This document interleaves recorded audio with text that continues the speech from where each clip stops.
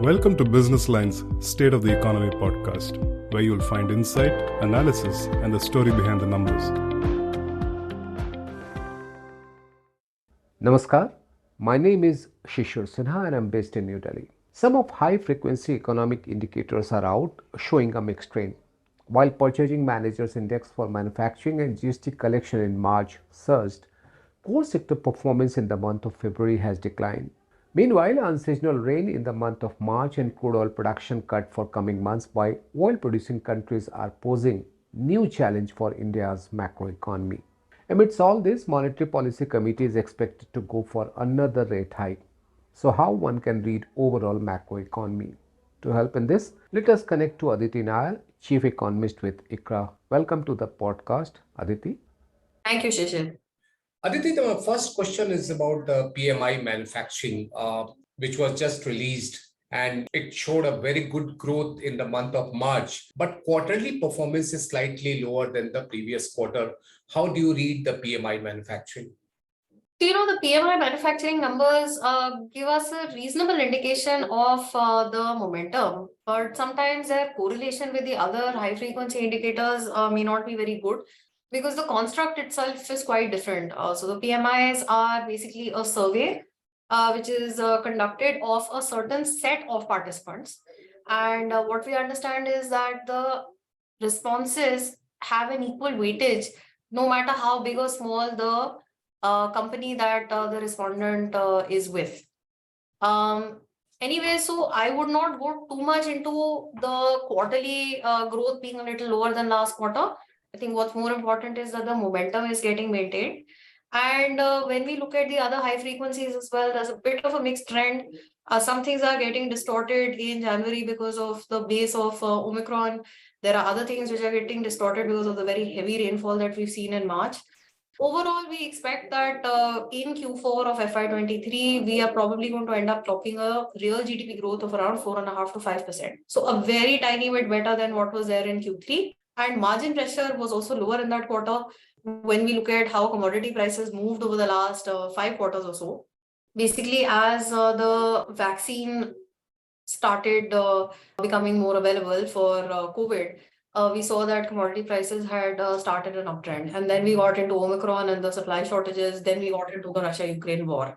So because of all of these reasons, we found that in Q1 of FY23, commodity prices were very high. And that is something that started to have an impact on margins, particularly in Q2 and a little less so in Q3 as the commodity prices eventually started correcting from July onwards. So what we are now seeing in the news is that some companies are in a position where they're being able to offer some price benefits to their consumers as well.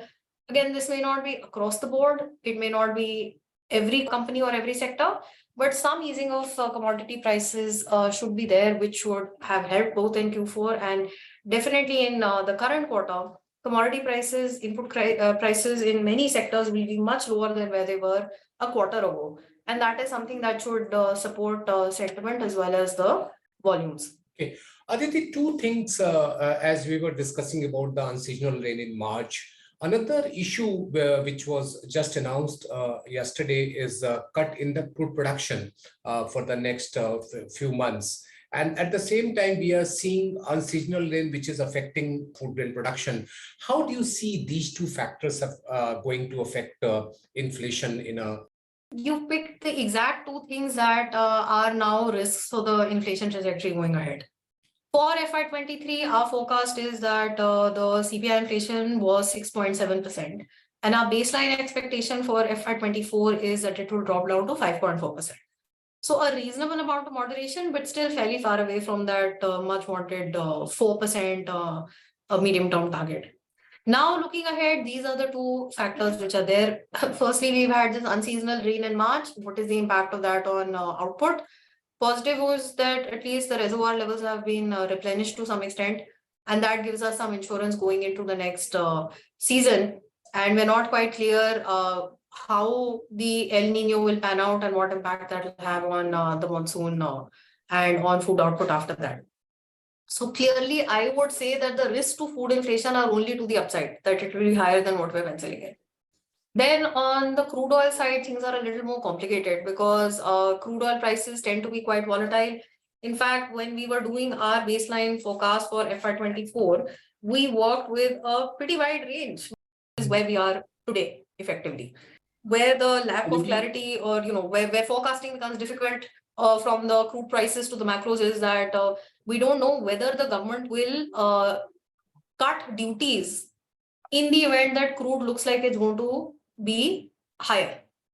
And therefore, that is what will end up impacting the CPI inflation, because ultimately, as far as the CPI basket is concerned, crude doesn't enter it. What enters the CPI basket is petrol and diesel and the other downstream items. So therefore, what the government chooses to do if crude oil prices jump, and then after that, what happens to the CPI inflation, and then what is the MPC's reaction, that is a little harder to predict. Okay. Aditi, the important thing is that we haven't seen price revision in petrol and diesel since last May. And considering the political consideration, it is expected that there will be no further revision as of now. So in that situation, do you see some kind of built-up increase in, say, coming month after 2 or 3 months, and that will have a bigger impact on the inflation? We can't rule that out at this point in time. So let me put it another way. Crude oil tends to be one of the most volatile factors for macroeconomists like me to predict. And it's volatile in many years in both directions. So while 83 or $85 per barrel, I would say for an economy like India, it's not low, but it's not terribly high. And I think that's a level that as an economy, we have to be able to live with. Now, if it goes to 95 or 100 and stays there sustainably, let's see what the government's reaction is. But those are levels we've seen in the last year as well. So they're not levels that are unheard of. Okay. And we do see pullbacks as well from the higher levels as demand supply sort of readjusts. And even now, yes, we are no longer talking about recessions in many parts of the world, but we're still looking at anemic growth in many parts of the world, and how strong China's demand turns out to be over the course of the year it's still a question mark. Now coming to the another high frequency economic indicator, that is the GST collection. FY23 began with a very all-time high collection and ended with second highest collection ever. My question was that since we have seen a very good growth in the month of March, which is basically the goods consumed in the month of February and services availed in the month of February. In other way, we also saw the fiscal year 23 started with a bang with all-time high collection and ended with the second highest ever collection. So my question is that is it because of compliance and more of compliance and less of consumption, or combination of both equally divided? Shishir, my view is that it's three things. It's better compliance, better volumes, and better higher. I wanted to bring inflation into the latter question, so that's why I just focused on the two things at this moment. But that's inbuilt. No, we did have a lot of price rises over the course of last year. So I would say it's all three factors that are pushing up the GST collections. And we expect that for the next month, the April 2023 GST collections will definitely be a sequential improvement over the March number that we just got. Although I'm not quite sure how much of a growth we will get over the April 22 all-time high. But I am very hopeful that we will end up with a very good number for April 2023 as well. If I ask you that what kind of contribution inflation has, say the three factors, consumption, compliance, and the inflation. If I ask you that what kind of percentage contribution because of the inflation in overall GST collection, what would be your number? That's very difficult to tease apart, Shishir. I don't have a firm answer to that. And I think whatever I say would be conjecture at this point in time. But this is similar to what we see on the export and import numbers as well, that we have a combination of volume and inflation, which is driving the export and import numbers. And the GST collections, we have this third factor of, increased compliance as well. And it will be quite interesting to see, in fact, in FY24, where volumes should be better. inflation should be at least moderated as compared to last year. Okay. And we'll have to see how much further compliance can improve. Okay. And possibly between these three factors, we may end up with a reasonably good growth in the GST collections, but it may not be as high as what it was last year. Okay. Now coming to the another high frequency indicator, that is the core sector growth. We have seen in the month of February that was down on a sequential basis. So how do you read that? Because the industrial number for the same month will be out on the 12th of this month. So how do you read that core sector number? See, the core sector number did moderate, and in fact, I believe it will moderate further in March, because both what we got for Coal India, what we've seen in the filing, there the growth is lower in March as compared to February. And electricity, we were already seeing over the course of the month that with heavy rainfall in March 23, on a base of a heat wave in March 22, we saw very low growth, or even periods of contraction in the electricity demand in that month. So I would say that in fact, core sector growth is going to moderate further in March as compared to February. But the non-core sectors, we'll have to see how things pan out over there. So overall industrial output, I would imagine, is going to remain in the low single digits. IIP growth is probably going to remain in the low single digits in this period. But of course, there are challenges with the IIP. It's a very old base. It is not able to pick up production which is happening in newer sectors and newer production facilities. So we have to sort of keep that in mind while assessing the IIP and while making inferences from that to the GDP numbers. Okay.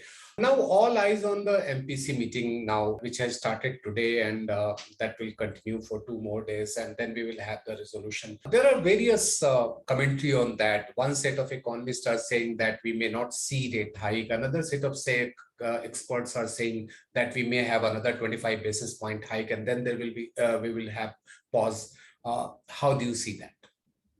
Our view is that we've got 2 inflation trends after the last MPC meeting that are really quite unpalatable. We've got the January print coming in at a surprising 6.5% and a very marginal correction to 6.4% in February. So the optics of inflation don't look very good at this point in time. Our forecast for March CPI is that it's going to be 5.9 to 6%. So the average CPI inflation in Q4 is going to be much higher than what the MPC had projected. And therefore, we think that a narrow majority of the MPC members are likely to vote for another rate hike. It will not be a unanimous decision, given what we read in the minutes of the last MPC meeting. But we do think that there's a high likelihood that we will end up with one more 25 bips rate hike on Thursday. Now, looking ahead, clearly, like I was saying earlier, the risks to inflation are to the upside. But we'll have to see how the growth inflation trajectory evolves going ahead. And we believe that an extended pause may be warranted. Okay.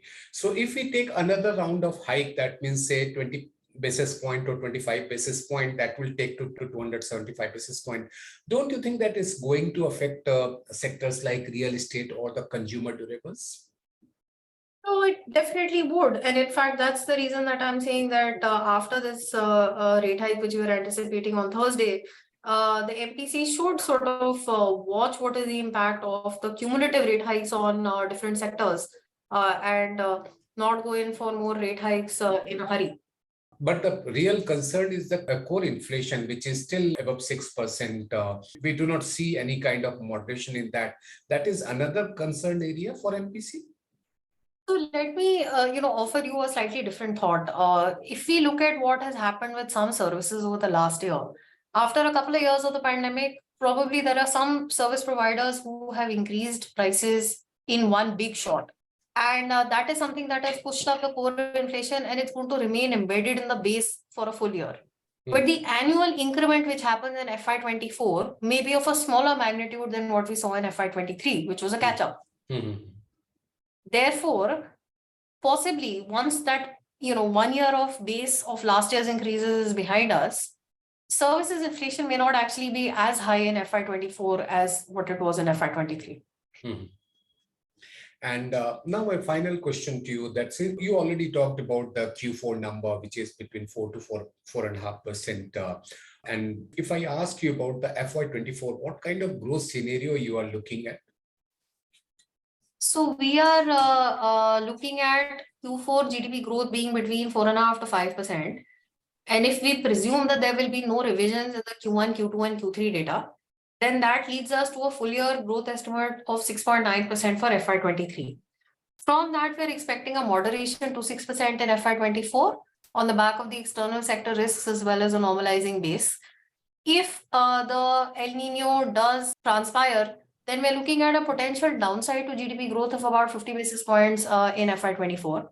And what we believe is that there will continue to be pockets of resilience in domestic consumption, and that services will continue to be prioritized over goods. Thank you. Thank you, Aditi, for talking to us. Thank you so much.